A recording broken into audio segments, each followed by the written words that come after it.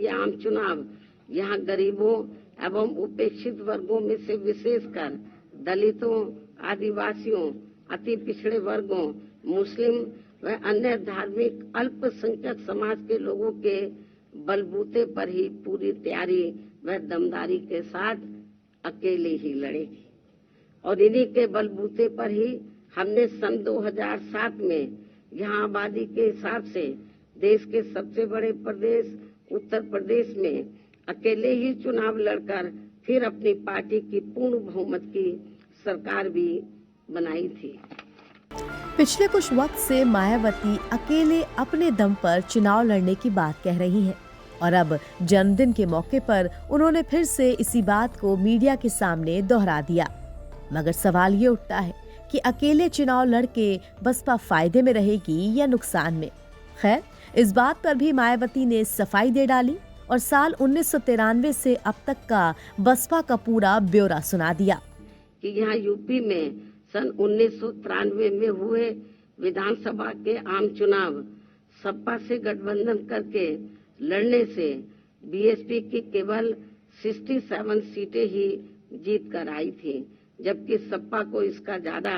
लाभ पहुंचा था। उसके बाद सन 1996 में बीएसपी ने यूपी में हुए विधानसभा का आम चुनाव कांग्रेस पार्टी से गठबंधन करके लड़ा था, जिसमें पार्टी की केवल 67 सीटें ही जीत कर आई थी और इस चुनाव में भी कांग्रेस पार्टी को ही ज्यादा फायदा हुआ था। तो तब फिर बीएसपी ने यहाँ सन 2002 में विधानसभा के हुए आम चुनाव अकेले ही लड़ा था, जिसमें पार्टी की पहली बार यहाँ 67 से बढ़कर लगभग 100 सीटें जीत कर आई थी, जिसमें 2 हमारे विधायक सिंबल न मिलने की वजह से समय से इंडिपेंडेंट जीत कर आए थे। उसके बाद सन 2007 में यूपी में विधानसभा के हुए आम चुनाव में बीएसपी ने फिर से अकेले चुनाव लड़कर यहाँ अपनी पूर्ण बहुमत की